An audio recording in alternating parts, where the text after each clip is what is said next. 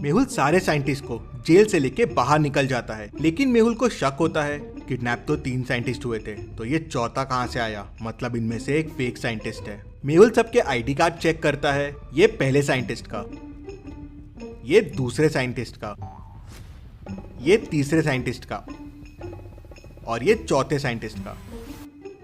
अब इनमें से एक आईडी कार्ड फेक है। क्या आप बता सकते हैं इनमें से कौन सा साइंटिस्ट फेक है? सोचिए और मुझे आपका आंसर कमेंट करके बताइए।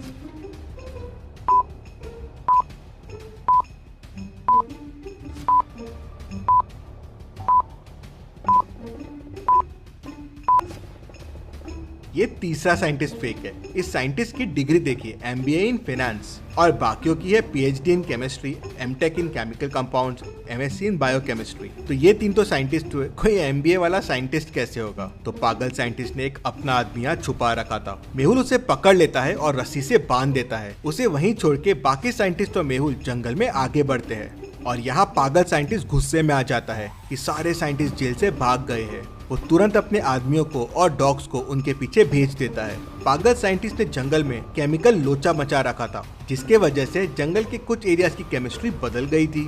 हर कलर आपस में बदल गए थे। ग्रीन कलर येलो हो गया था, ब्राउन कलर ब्लैक हो गया था। अब आप सोचिए और मुझे बताइए, ट्री पे जो रेड एप्पल्स है वो कौन से कलर के हो जाएंगे? सोचिए और मुझे आपका आंसर कमेंट करके बताइए।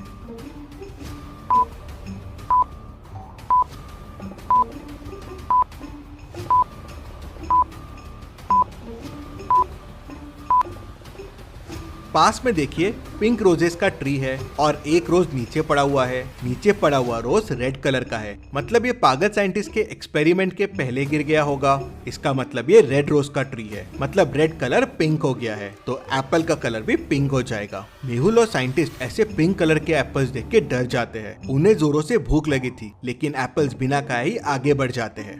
पागल साइंटिस्ट के जंगली कुत्ते मेहुल और बाकी साइंटिस्ट को ढूंढ ही रहे थे। पागल साइंटिस्ट पीछे से जंगली बैट्स भेज देता है। बैट्स तेजी से उड़ते हुए मेहुल और साइंटिस्ट के पास पहुंच जाते हैं। बैट्स उनको परेशान करने लगते हैं, काटने लगते हैं। मेहुल फोन निकालता है हेल्प मांगने के लिए, लेकिन नेटवर्क ही नहीं आ रहा था। पास में लकड़ी के टुकड़े, कुछ स्टोन्स पड़े हुए थे। सोचिए और मुझे बताइए, क्या कर सकते हैं मेहुल और साइंटिस्ट बैट से बचने के लिए? आपका आंसर मुझे कमेंट करके बताइए।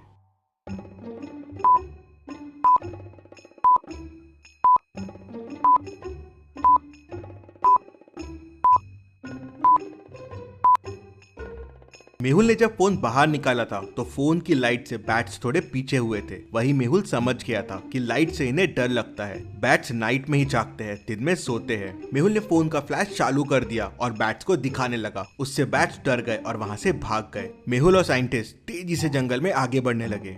मेहुल और साइंटिस्ट जंगल में एक ब्रिज के पास पहुंच जाते हैं। ब्रिज की हालत बहुत खराब है और वो कभी भी टूट सकता है। नीचे एक रिवर है जिसका फ्लो बहुत तेज है। अगर इससे स्विम करके जाने की कोशिश की तो रिवर में बह जाएंगे। पास में एक बोट भी खड़ी है, लेकिन बोट को चलाने वाली लकड़ी नहीं है। रिवर क्रॉस करने के लिए बड़े बड़े स्टोन्स भी बने हुए हैं। सोचिए और मुझे बताएं, क्या तरीका अच्छा रहेगा रिवर क्रॉस करने के लिए? ब्रिज, स्विम, बोट या स्टोन? सोचिए और मुझे आपका आंसर कमेंट करके बताइए।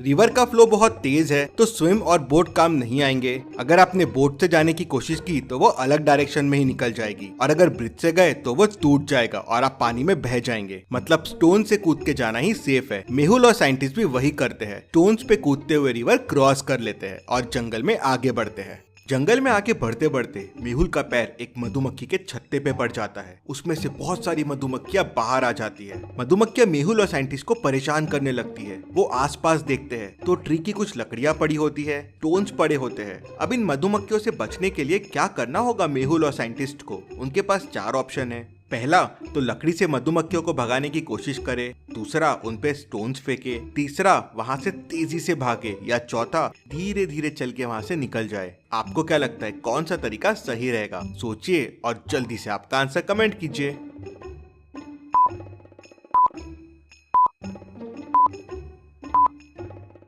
लकड़ी और स्टोन फेंकने से मधुमक्खियां और चिड़चिड़ा जाएगी और परेशान करेगी। शायद डंक भी मारे। भागना भी सेफ नहीं है, वो पीछे भागेगी।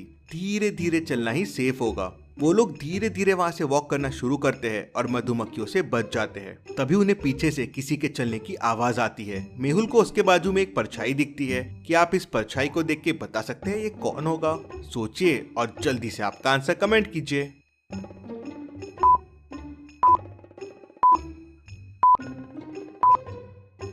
सर कटा हुआ है, मतलब ये एक ज़ॉम्बी है। ज़ॉम्बी को देख मेहुल और साइंटिस्ट वहाँ से भागना शुरू करते हैं। भागते भागते उन्हें सामने का एक गड्ढा नहीं दिखता और वो लोग उस गड्ढे में गिर जाते हैं। अब ज़ॉम्बी उनके पास आने लगता है। गड्ढे में उन्हें कुछ चीजें दिखती है। 3 गुलेल दिखती है, एक बंदूक, एक कटर, एक बैट। क्या इनमें से कोई चीज को यूज करके वो ज़ॉम्बीज को भगा सकते हैं? सोचिए और मुझे आपका आंसर कमेंट करके बताइए।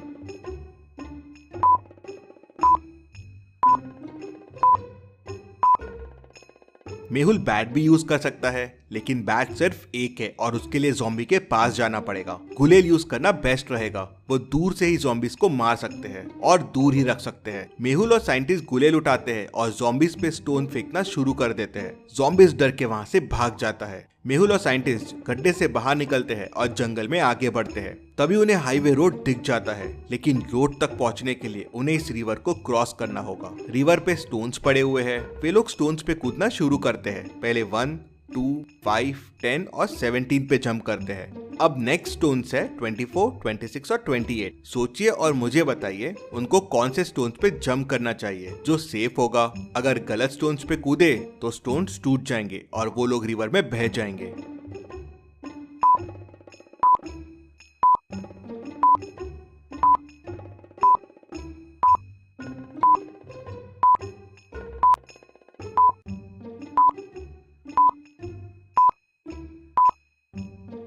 सही स्टोन है 26। 1 और 2 का डिफरेंस है 1, 2 और 5 का है 3, 5 और 10 का डिफरेंस है 5 और 17 और 10 का डिफरेंस है 7। तो अगला डिफरेंस हो जाएगा 9। डिफरेंस 2-2 से बढ़ रहा है, तो 17 + 9 हो जाएगा 26। सभी 26 स्टोन्स पे जंप करके रिवर क्रॉस कर लेते हैं और हाईवे पे पहुंच जाते हैं। मेहुल ने अपनी बहादुरी से सारे साइंटिस्ट को बचा लिया। इसी बात पे जल्दी से वीडियो को लाइक कर दीजिए। चलिए अगली पहेली देखते हैं। गोपाल एसोसिएट्स में एक बहुत बड़ा करप्शन हुआ था। वहाँ काफी टाइम से मनी लॉन्ड्रिंग चल रही थी। इधर का पैसा उधर और उधर का पैसा इधर। पूरे मामले की तहकीकात करने डिटेक्टिव मेहुल को बुलाते हैं। मेहुल उनके ऑफिस पहुंचता है और उनके मैनेजर से बात करता है। उनका मैनेजर मेहुल को उनकी सीए से मिलाता है। मेहुल सीए को बोलता है कि मुझे इस कंपनी के पिछले 5 साल के सारे डॉक्यूमेंट्स चाहिए। तो सीए मेहुल को बोलती है, अरे ये डॉक्यूमेंट्स तो काफी टाइम से हमने देखे ही नहीं है। ये सारे एक फाइल में एक अलमारी के अंदर रखे हुए हैं। मुझे लाने में थोड़ा टाइम लगेगा, मैं लेके आती हूँ। थोड़ी देर बाद सीए सारे डॉक्यूमेंट्स लेके आ जाती है। जब वो आते रहती है तो उसके हाथ से फाइल्स गिर जाती है। वो उन फाइल्स में से डॉक्यूमेंट उठा के मेहुल को देती है और बोलती है, ये लो डॉक्यूमेंट जो आपको चाहिए। मेहुल डॉक्यूमेंट्स को देखता है और बोलता है कि ये नकली डॉक्यूमेंट है, ये तुमने अभी अभी बनाया है।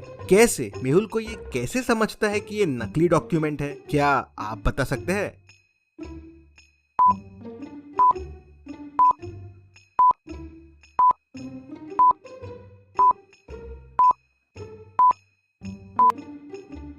चलिए इसका आंसर देखते हैं। सीए जो डॉक्यूमेंट्स मेहुल को देती है उनमें होल्स नहीं थे, मतलब ये डॉक्यूमेंट कभी फाइल में रखे ही नहीं गए। उसी से मेहुल को समझ जाता है कि सीए झूठ बोल रही है और उसे नकली डॉक्यूमेंट्स दे रही है। इतनी मजेदार पहेलियों के लिए जल्दी से चैनल को सब्सक्राइब भी कर लीजिए। चलिए अगली पहेली देखते हैं। सना को काफी जोरों से भूख लगी थी। आज उसने टमेटो चीज सैंडविचेस लेके आए थे। वो फ्रिज ओपन करती है अपने सैंडविचेस लेने के लिए, लेकिन उसके सैंडविचेस गायब रहते हैं और बाजू में उसके सैंडविचेस का फॉइल पेपर पड़ा होता है। उसे बड़ा गुस्सा आ जाता है। वो ऑफिस फ्लोर पे जाती है देखने के लिए कि किसने उसकी सैंडविच खाई। तो वहाँ 3 लोग काम कर रहे होते हैं। रोहन कहता है, मैं तो सुबह से इम्पोर्टेंट मीटिंग में हूँ, बस ये कॉफी पी पी के ही काम चला रहा हूँ। हाँ, मैंने तुम्हारे सैंडविचेस देखे थे फ्रिज में। रीमा कहती है, मैंने तो डोमिनोज से पिज्जा मंगवाया है, बहुत जोरों से भूख लगी थी, मैंने तो आज ऑफिस का फ्रिज खोला भी नहीं है। राहुल कहता है, मैं तो सुबह से प्रेजेंटेशन की प्रिपरेशन कर रहा हूँ, मम्मी ने आलू के पराठे दिए थे, बस वही खाया हूँ। हाँ, मैंने तुम्हारा पैकेट फ्रिज में जरूर देखा था। क्या आप तीनों की बातें सुन के बता सकते हैं सैंडविचेस किसने खाए होंगे? सोचिए और मुझे आपका आंसर कमेंट करके बताइए।